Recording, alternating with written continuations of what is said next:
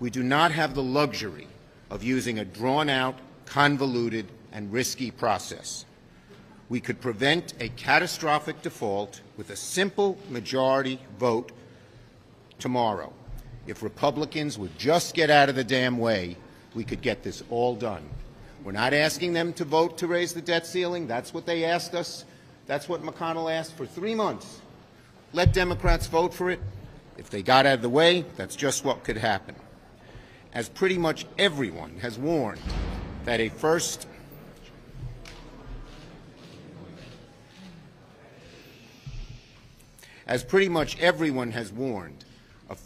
ever default on the national debt would be catastrophic for our economy and gravely harm Americans across this country.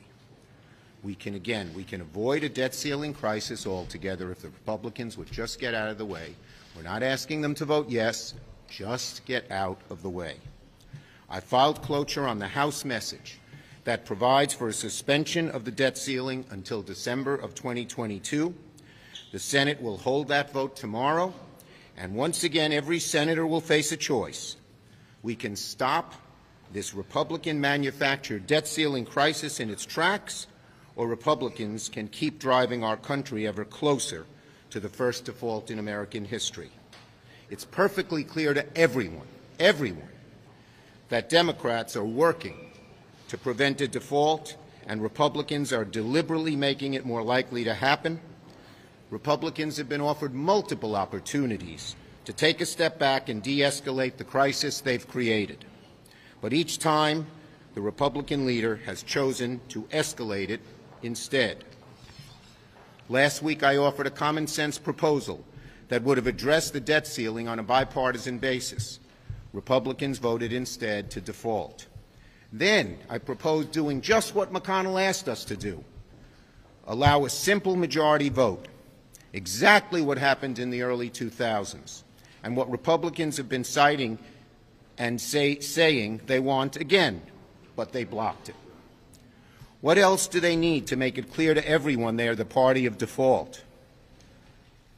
It's so irresponsible, and unfortunately, sadly, and confoundingly, too many Republicans seem proud of this moment where they're pushing us to the edge of default and possible downgrade. Even now, the credit rating agencies are saying there's a possibility of downgrade way before the 18th, which would cost American consumers, American businesses, the American economy a lot. After the last downgrade, there were lasting effects for years. Tomorrow's vote is a chance for some Republican senators to show some independence from the extreme members of their conference who are running for president. I heard McConnell said, well, he can't let us do what we want to do because a few Republicans could block it. Wrong. All we need is 10 Republicans to vote with us, and then none of them have to vote to raise the debt ceiling. So it's not a few Republicans blocking us. All we need is 10, because we'll have all 50 on the cloture vote. So, as I said yesterday, the Senate must send President Biden legislation to raise the debt ceiling before the end of the week. Downgrade is hovering over us.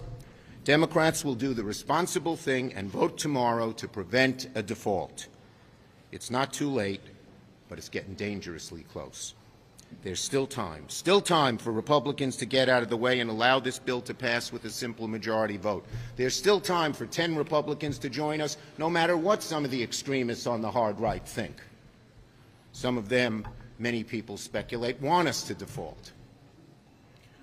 If Republicans want to vote no tomorrow, if they want to really be the party of default, that's their choice. We have an easy way out of this crisis, a simple majority vote. They can all vote no. Let them just get out of the way and let us have the vote. Senator Durbin.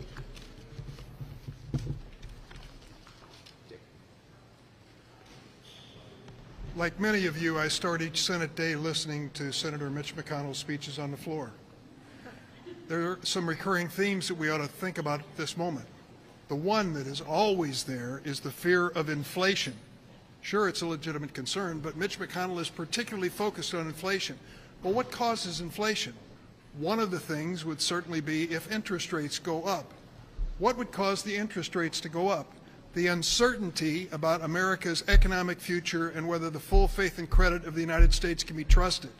So by his very strategy of jeopardizing extending the debt ceiling, Mitch McConnell is fueling the fires of inflation in the American economy. We don't know if today, while we consider political options, those who make the critical decisions will downgrade the United States and will already be in the soup.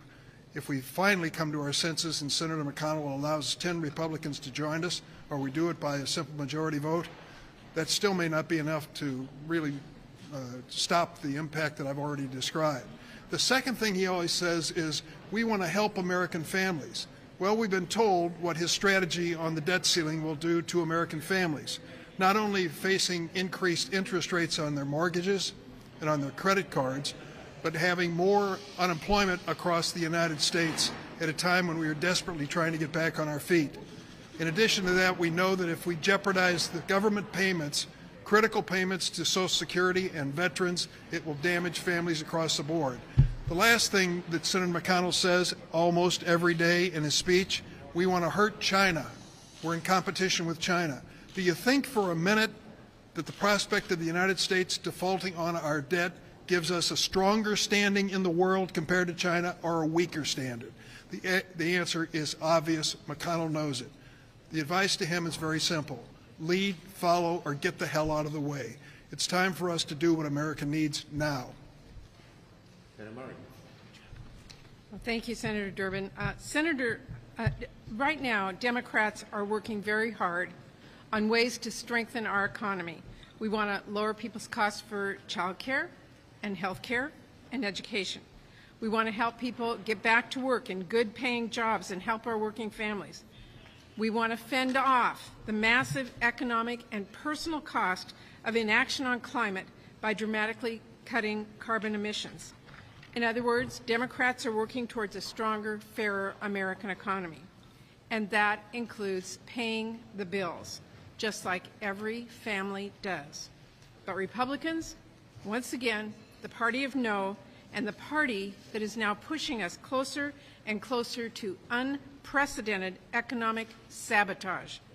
They were happy to help spend the money, especially on Trump administration tax cuts for huge corporations who didn't need them, but now they refuse to pay the bills they were more than willing to rack up. They're refusing no matter who gets hurt, or whether prices go up for our families, or whether Social Security recipients do not get the payments they earned through a lifetime of work. Like President Biden said, it is disgraceful, it is an embarrassment, and it is completely unnecessary. Because, to recap, House Democrats voted to prevent default. President Biden is ready to sign a bill to prevent default. Senate Democrats have tried again and again to prevent default, only to be blocked by Senate Republicans. Tomorrow, we'll make Senate Republicans vote again on whether they'll force a completely unnecessary economic crisis onto workers and families. Once again, they'll have the chance to do the absolute bare minimum their job requires. Just take the procedural step necessary to let Democrats vote to raise the debt limit like Republicans themselves have called for. It's the absolute least Republicans can do. And if they continue refusing to lift a finger, it will be indisputable. Democrats are here for the American economy, for workers, small businesses. Republicans, as my colleagues have said, will be the party of default. Thank you. Senator Stabenow.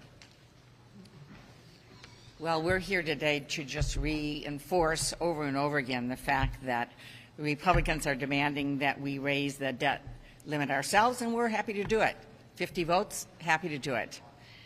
They claim they are the party of fiscal responsibility. Even today, they talk about how they are the party of fiscal responsibility. But what is less responsible than running up a huge tab under President Trump and then sneaking out the back door without paying the bills, which is what they're trying to do.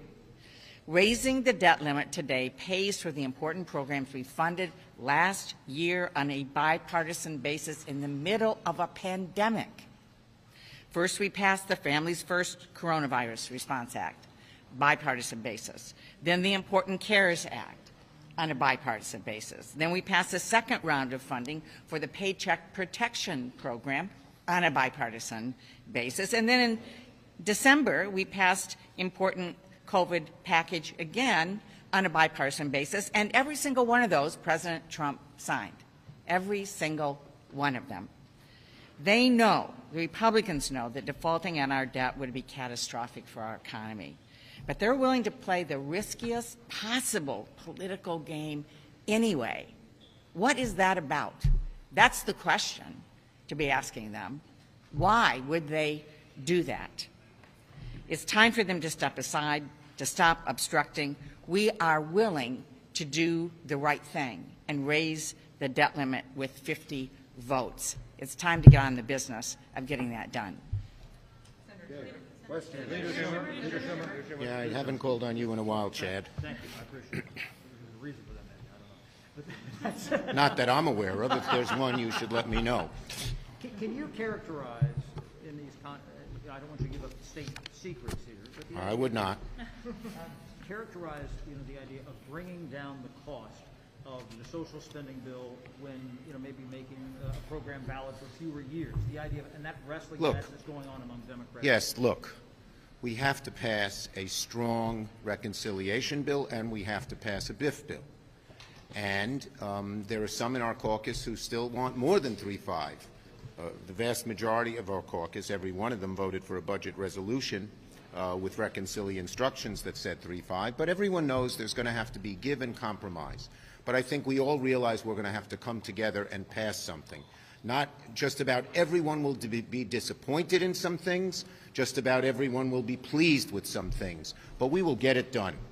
Yes, go ahead. President Biden was asked the first question the other day, so I'll ask you, as Majority Leader of the U.S. Senate, can you guarantee the U.S. will not default when that deadline? Ask Mitch McConnell. The bottom line is it's very simple. It's on his shoulders. We are willing to cast the 50 votes ourselves. It's up to him. All he has to do is get out of the way. Nope. Next. Will you cancel next week's recess? We're going to stay here till we get this done. Next. Hi.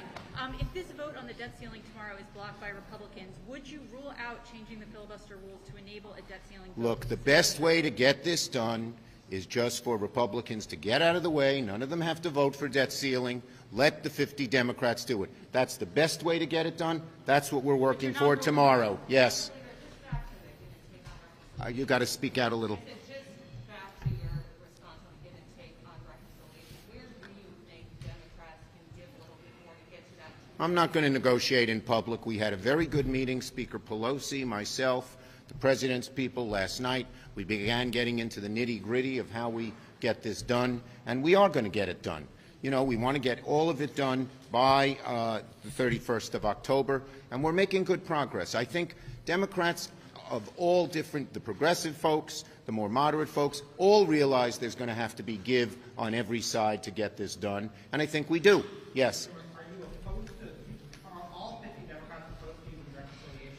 Reconciliation is a drawn-out, convoluted, and risky process with default and downgrade hovering over us. The best way to do it is the way we said. That's what we're telling Leader McConnell and the American people we need to do. Yes. CNN, tall CNN back there. Are you absolutely ruling out reconciliation? The best. Wait, sir, if the vote goes down tomorrow, are you still absolutely ruling out reconciliation? As I said, reconciliation is a drawn-out, convoluted process. We've shown the best way to go. We are moving forward in that direction. Yes, Bolton, last one. Well, we'll do Weissman and Bolton. Do you have any reaction to the report that Donald Trump wanted to announce his 2024 presidential campaign while the stuff was going on in Afghanistan? It had to be talked out of it by his advisors. And how does that maybe be impacting the debate here? Look, everyone knows my opinion of Donald Trump, and I don't think I have to comment any further on any of his actions at the moment. If you can get a time agreement with the Republicans, they obviously want to do reconciliation. If you could get at least a time agreement, could you go to you do reconciliation? The bottom line is, again, we have told you the best, easiest way to go. It's the quickest. It's past the House. It comes here. they allow us to all vote yes. It gets right to the President's desk, and a risk of downgrade, which is very real, and who knows when it could occur, it could occur very soon, will be vanquished. That's what we want to do. Thank you, everybody.